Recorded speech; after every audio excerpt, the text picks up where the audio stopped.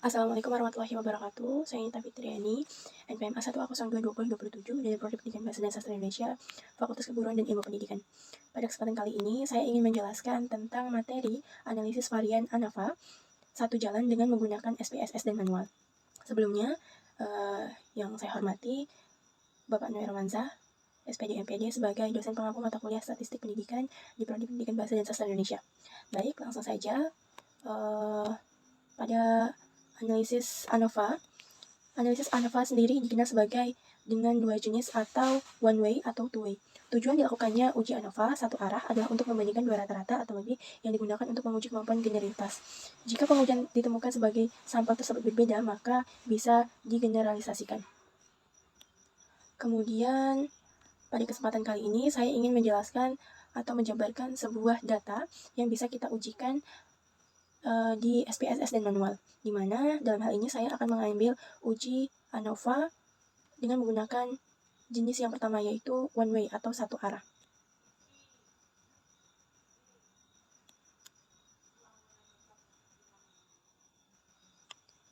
Baik, sebelum kita memulai mengujinya, kita persiapkan dulu data-data atau kita mengangkat sebuah permasalahan, di mana kita bisa membuat ringkasan datanya di Excel agar lebih tersusun dan lebih mudah. Di mana saya menyiapkan ada 5 data, yaitu tentang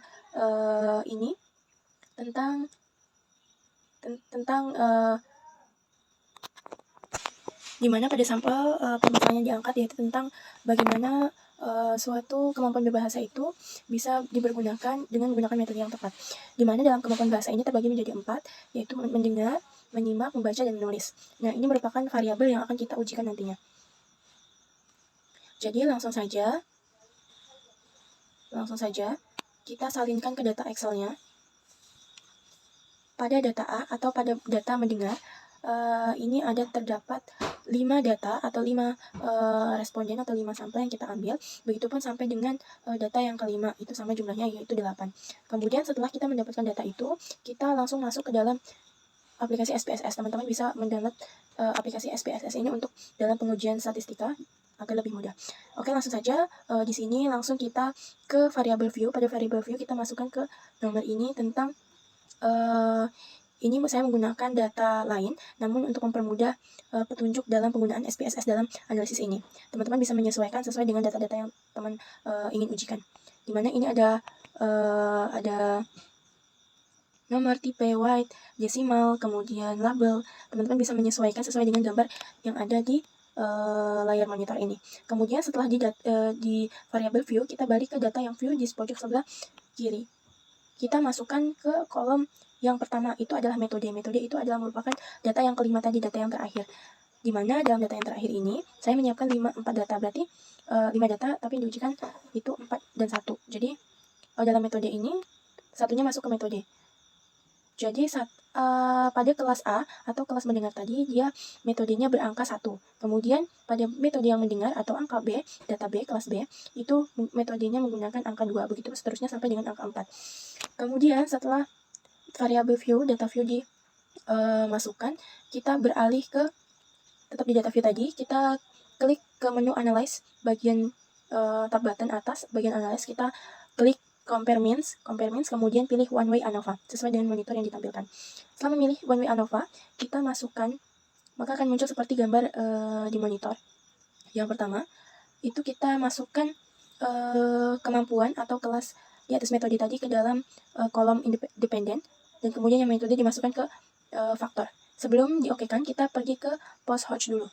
Kita pilih 2K, kemudian pastikan bahwasanya signifikan levelnya itu berada di 0,5, karena itu adalah salah satu standar dalam uji ANOVA.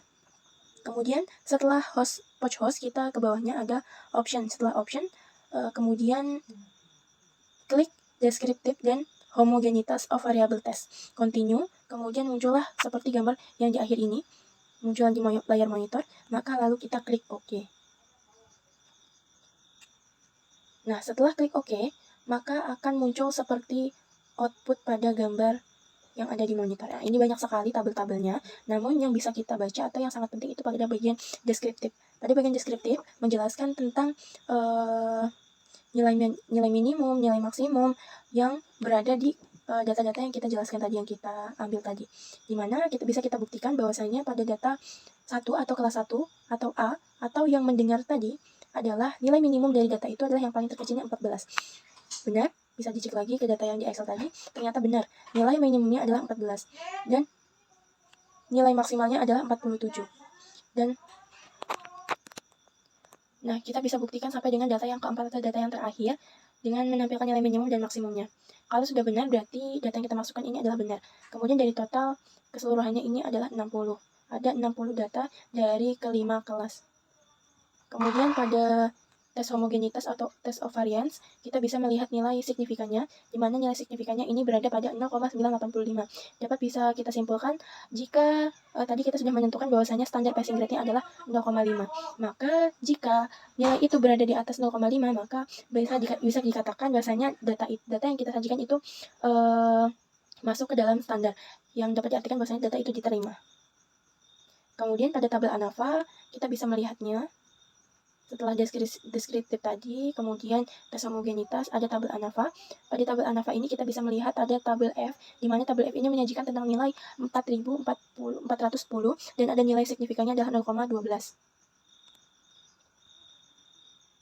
Nah, maka dari keseluruhan ini menampilkanlah tabel Poch Host Test, di mana pada tabel Poch Host Test ini adalah akan menampilkan dependent variable kepada kemampuan menulis, membaca, menyimak, dan mendengar tadi terhadap metode yang sudah dijelaskan. Dan pada akhirnya ini terdapat tulisan the main difference is significant at the 0,05 level. Berarti data yang kita sampaikan ini, data yang kita sajikan itu dapat diterima atau